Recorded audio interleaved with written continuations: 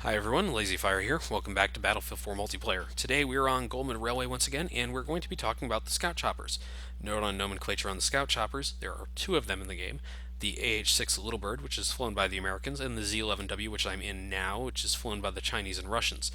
You are going to hear me use the word Scout Chopper and Little Bird interchangeably. Anytime you hear me say Little Bird, just think Scout Chopper. This is just a side effect from playing with goons in Battlefield 3 and 4, where everyone refers to all Scout Choppers all the time as Little Birds. Don't know why, just happens. Anyways, the Z-11W is a little bit different than the American's Little Bird, though. It is a little bit longer, a little bit less maneuverable, and slightly slower, not by much, but still slower, than the Little Bird, so it's not preferable for a lot of people because the longer tail on the thing make it difficult to always navigate correctly. But yes, it's still really dangerous and deadly, and people will target that thing first thing because if it has two repair guys in it, that's 3 kills. Now, I should mention that the Little Bird can carry up to 4 people. It's sort of a mix between the transport chopper and the attack chopper in that you have a pilot with weaponry, and then you have people on the sides of the vehicle that can kind of look around and use weapons. But there's no door guns or anything like that on there, as you saw when I was on there. Instead, what people do is that they will take the engineer class and they'll turn to the right on either of the vehicles, and they'll use repair tools to fix it as the thing flies around.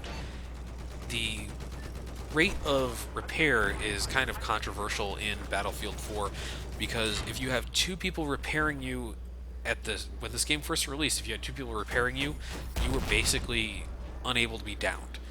You could get downed if people all locked onto you and you were out of flares or something like that, and they hit you with like 4 of them at a time. But if you had a full repair crew at the start of this game and you flew smart, you would probably never touch the ground in the entire game if you spawned into this thing. It was just very effective, and it still is. There are still people who use this as like their main weapon and don't leave it. Actually, part of the reason we stayed on the server was because we had found a Twitch player, Wiggity Bear, who does nothing but fly Little Birds, and we wanted to kind of ruin his day because he quit a $62,000 job at Intel to fly Little Birds for Twitch. I'm not making that up. And basically, the Little Birds are very effective vehicles in the air and against ground units especially. And people clamor for these things, and people even like to repair them because they can get some pretty decent numbers just repairing these things too. So it's always a good team effort to keep one of these things in the air because, hey, you'll probably want it soon. Oop, down I go. Warthog is the natural predator of the repairless Little Bird, of course. The 30mm cannon on the A10 will down a Little Bird in one pass, especially if they weren't moving around like I was there. So that was really my own damn fault. But if we want to talk about the Little Bird, let's talk about weaponry. You're going to see it in a moment, but I have a 25mm cannon on this thing. That is the second main cannon unlock. The starter unlock is the 7.62. It's a chain gun.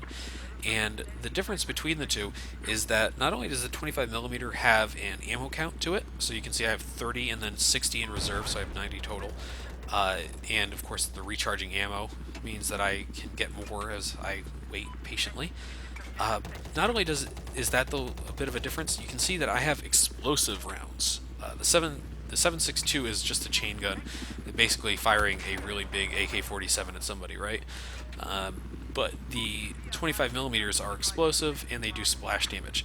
This was actually something else that got nerfed about the Little Bird because the 25mm explosion radius was a bit too high, so they had to down that a little bit.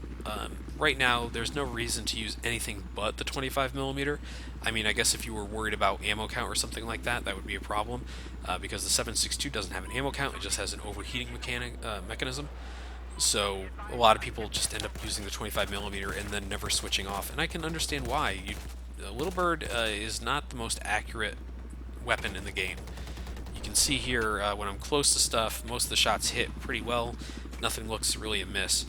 But the 7.62 on this thing is just very difficult to get kills with at times unless people are standing completely still or you're hovering.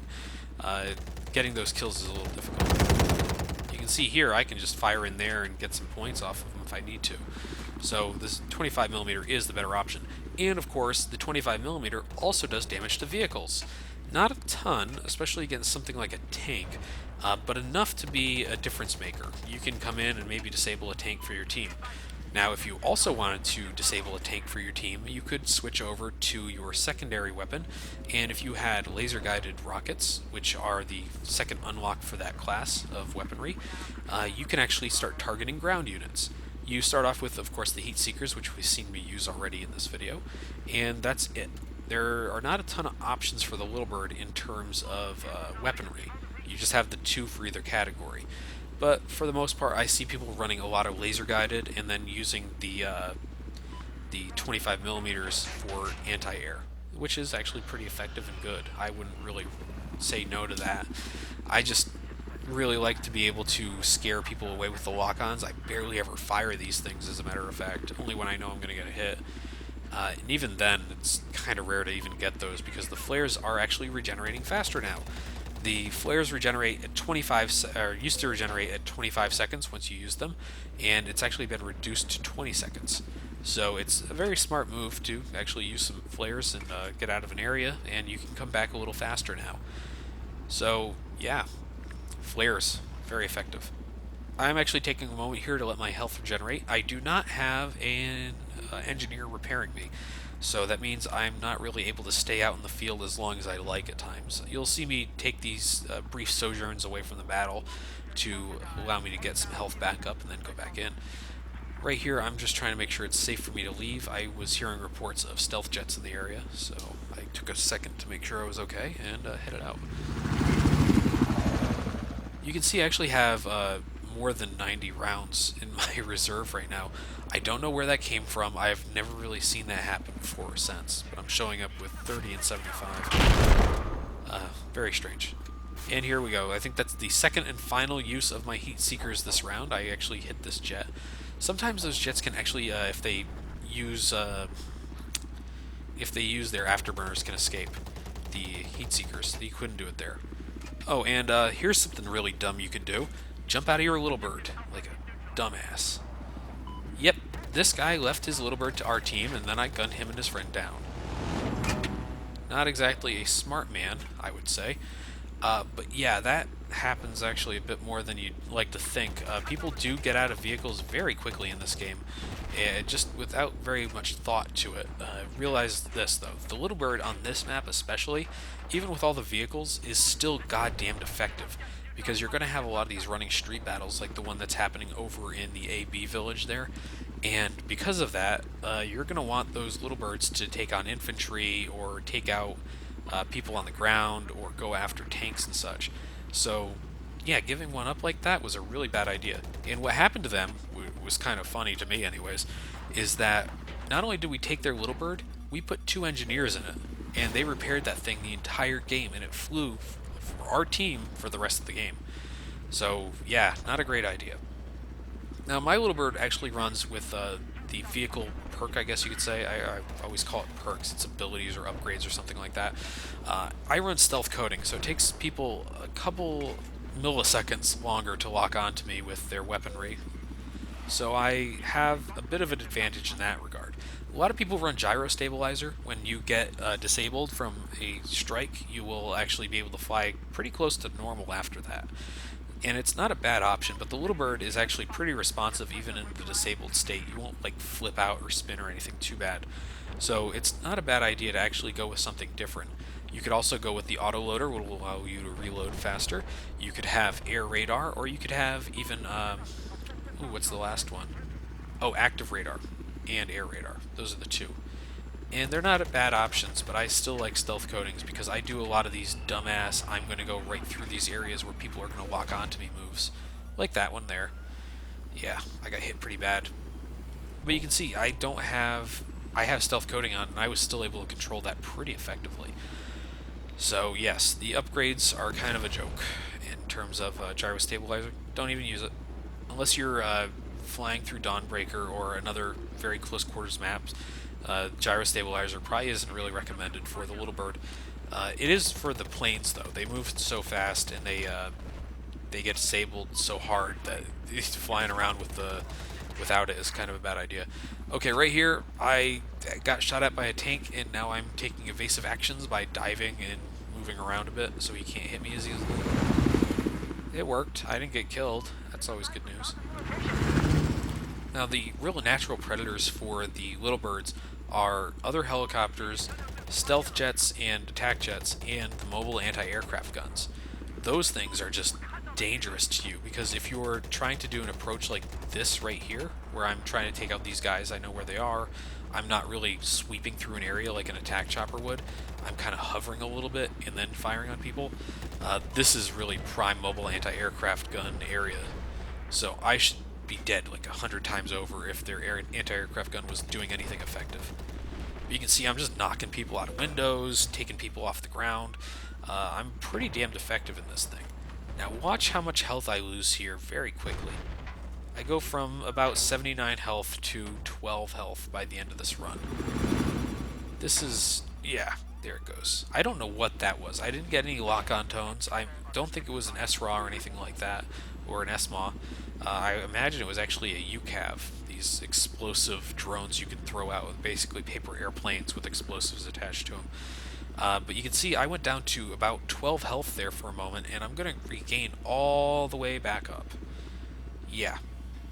The truth of the matter is that the little bird, if it can get away from a fight, will probably survive most of the round. Not really too worried about this, though, because I know I'm going to get shot down soon. So whatever. But yes, the idea of just getting away from the battle as fast as possible, always a good idea with the little bird. While it is pretty durable, it's only up to a point. It can take a couple stinger shots before it goes down. They actually are reducing stinger damage to 35 instead of 40 per shot, which means it won't disable you automatically anymore, which is always good. And that's probably going to be the biggest help for Little Bird pilots. Oh, goodbye.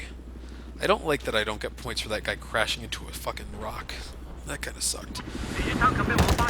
But yes, you can see I'm not super effective against tanks. I did about 12 damage with a full complement of bullets into it. Ooh. Then I took a hit there. I think this is the end of me. Yeah. But yeah, the tanks are not overly affected by little birds. That's why a lot of people run the laser-guided bombs. Now, unlike the attack helicopter, if people jump in this thing with you, they are not going to get, they're not going to have their own set of perks or anything like that, or abilities. They are just basically infantry that are attached to the helicopter. This wasn't always the case. I believe in Battlefield 3, if you got into the seat of a scout, the passenger seat in the cockpit of the scout chopper, you could actually laser designate targets if you had that ability. So there's no real abilities attributed to you getting into the scout chopper with another pilot. So it's all about what the pilot has now. Ooh, this is the end of it, I think. I went on this is a pretty good run for me on a lot of levels. These guys were just not really effective against air units for some reason. Look, our scout chopper is over in their spawn, basically, for example. So I was able to stick around for a lot longer than I thought I would. Now, one of the things about scout choppers that's kind of fun, or kind of dangerous, or stupid if you want to call it that, is that people, engineers, who are mostly in these things on the seats, when they are in here, they can actually still fire their rockets. So sometimes you'll actually have people who, we had this in this game actually, we had the little bird we captured ended up having two engineers in it. One of them had stingers, and the pilot of this chopper, believe it or not, had this upgrade, the support system upgrade he had, allowed him to give ammo automatically to anyone near his vehicle. So he had this thing fully upgraded, and it basically meant that everyone who was in the thing with him was sitting there with infinite ammo, because he was just constantly dropping ammo to them through the vehicle. That could be really dangerous. People with stingers while flying a scout helicopter can really just knock everything out of the air if it wants to. So, yeah, it's dangerous. And there was some guy who just complained about getting shot by active radar because he only lasted 10 seconds in a jet. Of course, I just had a multi-minute run in a scout helicopter, so obviously the slower and larger targeted scout helicopters are worse than jets. I don't know what's going on here. That people complaining about vehicles or air vehicles getting shot down especially, it's a lot different now than it was at the start of the game, where it was basically impossible to keep a jet in the air for any length of time. They've nerfed a lot of things that needed to get nerfed, from the mobile anti-air guns and from the shoulder-fired weaponry for infantry. So it shouldn't really be such an issue that people have to complain about it constantly, but they do. I mean, yeah, there's a point where it's like I want to fly this thing and I don't want to be impeded by 60 people with shoulder-fired weapons, but that's part of the game. There needs to be a balance there, and some of the changes they made are actually very, very good, such as dropping the damage stingers do and changing some of the MAA stuff. We'll talk about that later on, though. But yeah, thanks for watching. I hope everyone is understanding of what a scout chopper or a little bird is now. And yeah, we have one more informative video to go and a couple more fuck arounds. So I'm glad everyone was able to stick around and watch these things. Watch my scout chopper score here. Almost nothing. What the hell? I was in that thing forever and got a bunch of kills. Watch the score. It's interesting. But yeah, thank you for watching, everyone. I will see you next time.